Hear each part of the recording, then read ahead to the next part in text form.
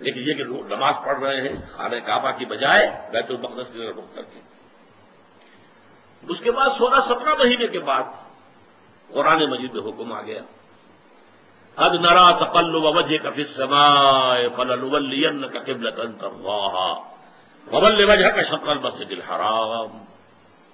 اے نبی ہم آپ کے چہرے کا بار بار آسمان کی طرف اٹھنا دیکھتے رہے ہیں. حضور انتظار کر رہے تھے کہ کب حکم آئے کہ ہم خانہ کعبہ کی طرف رخ کر لیں. اس سے میرا گمان یہ ہے کہ وحی خفی کی بنیاد پر حضور کا فیصلہ تھا. قرآن مجید میں جو وحی آ گئی ہے شامل ہے اسے وحی جلی کہتے ہیں. اور حضور پر اور بھی وحی ہوتی تھی وحی خفی جو قرآن مجید میں شامل نہیں ہے. بہت سی احادیث در حقیقت وہ وحی ہی پر مبنی ہے لیکن وہ باللفظ نہیں ہے بالمعنی ہے. اور وہ وحی جلی نہیں ہے وحی خفی ہے. تو یہ معلوم ہوتا ہے وحی خفی کی بنیاد پر تھا. لیکن حضور پر بھی شاہ گزر رہا تھا مکے والوں پر بھی شاہ گزر رہا تھا. اور حضور بار بار آسمان کی طرف نگاہ اٹھاتے تھے کب جبرائیل آئیں اور کب یہ حکم ہو کہ ہم اپنا رخ بدل دیں اور بجائے شمال کی طرف رک کر کے نماز پڑھنے کے جنوب کی طرف رک کر کے نماز پڑھیں. اللہ فرماتا قد نرى تقلب وجهك في السماء فلنولينك قبلة ترضاها. اے نبی ہم دیکھتے رہے ہیں آپ کے چہرے کا آسمان کی طرف بار بار اٹھنا تو لیجئے ہم بدل دیتے ہیں آپ کا چہرہ کر دیتے ہیں رخ اسی طرف جو آپ کو پسند ہے. فول وجهك شطر المسجد الحرام. تو اب اپنا رخ پھیر دیجئے مسجد حرام کی طرف. فیصلہ حکم آ گیا. اب یہاں نوٹ کیجئے یہاں وہ جو مذہبی ایک خاص ذہنیت تھی جس کا میں نے پہلے ذکر کیا تھا جن کے نزدیک ظواہر کی بہت اہمیت ہے. ہر عمل کا ایک تو ہے باطن اس کی روح ایک اس کا ظاہر ہے. لیکن عام طور پر جو کٹر قسم کے اور جو زیادہ سمجھدار لوگ نہیں ہوتے ان کے اندر زیادہ اہمیت جو ہے وہ ظواہر کی ہو جاتی ہے. باطن کی طرف توجہ نہیں ہوتی روح کی طرف جو ہے توجہ نہیں ہوتی. تو کچھ نہ کچھ مسلمانوں میں بھی ایسے حضرات تھے لیکن اس سے بڑھ کر یہودیوں نے ایک طوفان اٹھا دیا. پہلے تو یہودی خوش تھے. انہیں یہ احساس ہوا کہ محمد تو ہمارے فالوور ہیں. جب ہمارے قبلے کی طرف رخ کر کے انہوں نے نماز پڑھنی شروع کی ہے اس کا مطلب ہے کہ وہ ہی از فالوئنگ اس تو ہمارے پیروکار ہو گئے تو جھگڑا کا ہے. لیکن اب جب آ گیا یہ کہ اپنا رخ بدل دیجئے اب پیٹھ ہو گئی بیت المقدس کی طرف اور رخ ہو گیا خانہ کعبہ کی طرف تو ان کے کان کھڑے ہوئے کہ یہ تو کوئی مسئلہ جو ہے کچھ اور ہے. ایک نئی امت کی تشکیل ہو رہی ہے اور ایک نئی بالکل شریعت آ رہی ہے. نئی امت جو ہے وہ وجود میں آ رہی ہے. انہوں نے اس کو مسئلہ بنا لیا پروپیگنڈے کا طوفان کھڑا کر دیا. یہ کیسے نبی ہے جن کا قبلہ ہی معین نہیں ہے. 16 مہینے ادھر رخ کر کے نماز پڑھی. اگر ادھر کا قبلہ تھا تو وہ غلط تھا تو 16 مہینے کی نمازیں زیرو ہو گئی. اور اگر وہی صحیح قبلہ تھا تو اب جو نمازیں پڑھ رہے ہیں وہ زیرو ہو گئی. قبلہ تو اپنی جگہ سے نہیں ہل سکتا. قبلہ تو ایک ہی ہوتا ہے. ان کا قبلہ ہی معین نہیں ہے. 16 مہینے ادھر رخ کر کے نماز پڑھی اب ادھر رخ کر لیا. اور جیسا کہ میں نے عرض کیا مسلمانوں میں بھی ایسے سادہ لوگ سادہ مزاج لوگ تھے وہ ان کے اس پروپیگنڈے سے بہت متاثر ہوئے. لہذا ایک خلش ایک بے چینی اگرچہ ظاہر بات ہے کہ حضور نے وحی سنائی ہے اللہ کا حکم آیا ہے فول وجهك شطر المسجد الحرام وحيثما كنتم فولوا وجوهكم شطره. نہ صرف یہ کہ اب فوراً اپنا رخ جو ہے مسجد حرام کی طرف کر دو. چنانچہ آپ کے علم میں ہوگا جو لوگ وہاں گئے ہیں وہاں مدینے میں ایک مسجد ہے مسجد القبلتین.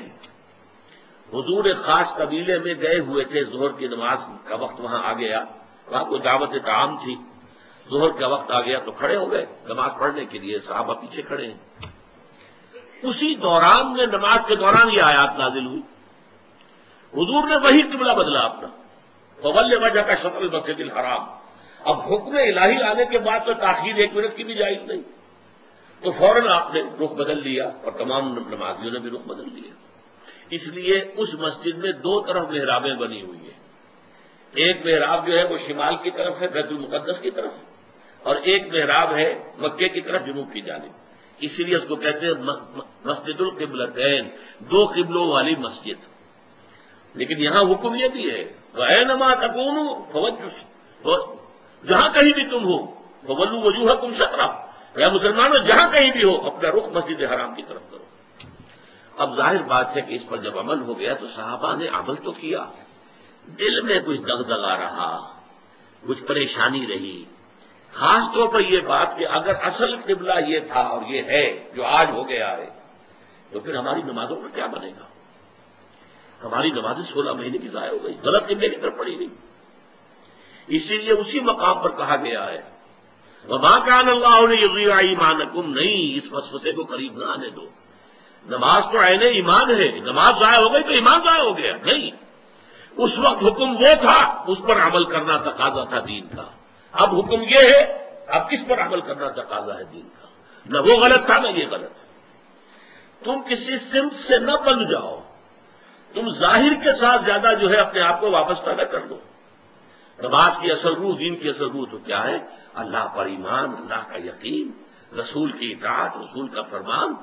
پہلے وہ تھا تو اللہ تعالیٰ نے مکے والوں کا امتحان لے لیا تھا کہ آیا وہ اپنے آبائی، اس لیے کہ مکہ جو ہے اور بیت اللہ جو ہے وہ تو ان کا سمجھیے کہ قومی شعار کے درجے کے اندر رکھنے والی چیز تھی، قومی شعائر میں سے، اب اس کی طرف پشت کرنا سب پر بھاری گزرا۔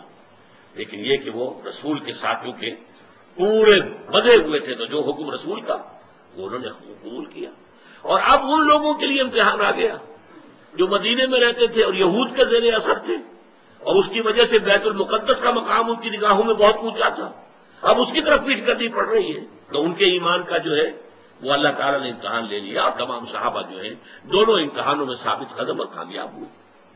اب لیکن اس خلش کو مٹانے کے لیے دیکھیے عجیب ہے یہ بات، یہ مسئلہ آج ہمیں معلوم ہوتا ہے کہ بڑا ہی چھوٹا سا مسئلہ ہے، جب یہ مسئلہ آیا تھا تو یہ چھوٹا نہیں تھا، بہت بڑا مسئلہ تھا، بہت بڑا مسئلہ تھا۔ خاص طور پر وہ جو ایک ذہنیت ہے کہ جو دین کے اعمال ہیں ان کی روح کی بجائے ساری نگاہ جو ہے وہ اس کے ظاہر سے وابستہ ہو جاتی ہے، اس کے لیے یہ معاملہ بہت کٹھن تھا۔ یہی وجہ ہے اس قرآن مجید میں آپ کے علم میں ہوگا پورے 2 رکوع ہیں تحویل قبلہ کے اوپر۔ حالانکہ آج ہمارے نزدیک کوئی بڑا مسئلہ نہیں تھا، لیکن یہ کہ وہاں اس وقت ڈی فیکٹو جو اس وقت کی سچویشن تھی اس میں اس کی اتنی اہمیت تھی، دلوں پہ جو کیفیت گزر رہی تھی اس کا جو ہے صحیح طور سے اس کا علاج اور اس کا معالجہ اور مداوع ضروری تھا۔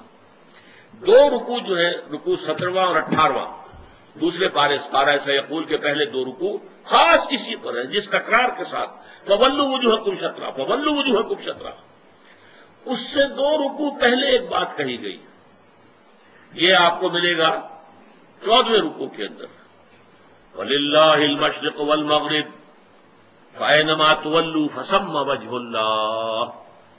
دیکھو لوگوں، مشرق اور مغرب سب اللہ کے ہیں، تم جدھر بھی رخ کرتے ہو وہ اللہ کا رخ ہے، اللہ کسی رخ میں محدود نہیں ہے۔ کیا مغرب صرف اللہ کا رخ ہے؟ مشرق نہیں ہے۔ آج آپ کو معلوم ہے کہ ہم پڑھتے ہیں مغرب کی طرف اور امریکہ والے یا افریقہ والے وہ مشرق کی طرف نماز رخ کرتے پڑھتے ہیں، تو مشرق و مغرب سے کوئی فرق واقع نہیں ہوتا۔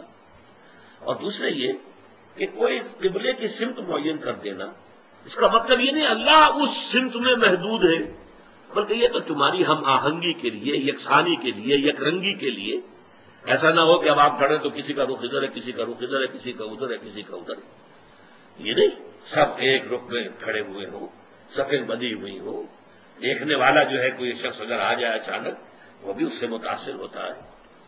ایک فرانسیسی سیاح صرف اس منظر کو دیکھ کر ایمان لے آیا تھا، وہ آیا تھا مصر سیاحت کے لیے، اور وہ جو بہت بڑا وہاں کا دارالعلوم ہے جامع الازہر، اس کی جو جامع مسجد ہے اس کے وہ مینار پر چڑھ گیا، عصر کا وقت تھا، مینار کے اوپر سے اس نے منظر دیکھا، سین میں عصر کی جماعت ہو رہی تھی، اب ایک امام کے پیچھے کھڑے ہیں، سیدھی سیدھی صفیں بندھی ہوئی ہیں، ایک امام کا کوشن ہے اور وہ جھک رہے ہیں، اور اسی طرح سے کوشن آئی ہے وہ کھڑے ہو گئے ہیں، یہ منظر ایسا اس کے دل کے اوپر اس نے اثر کیا، وہ ایمان لے آیا کہ جس مذہب کی عبادت اتنی منظم، اس کے اندر یہ رنگ ہے، گویا کہ ملٹری پریڈ ہو رہی ہے، اس طرح کا انداز عبادت کا، ایک تو کلیکٹو، انفرادی نہیں، اجتماعیت کی اہمیت، اور پھر اس کے اندر وہ رنگ اور یکسانی ہم رنگی دیکھ کر، تو اس طریقے سے تمہارے اندر یک رنگی پیدا کرنے کے لیے ایک رخ معین کر دیا۔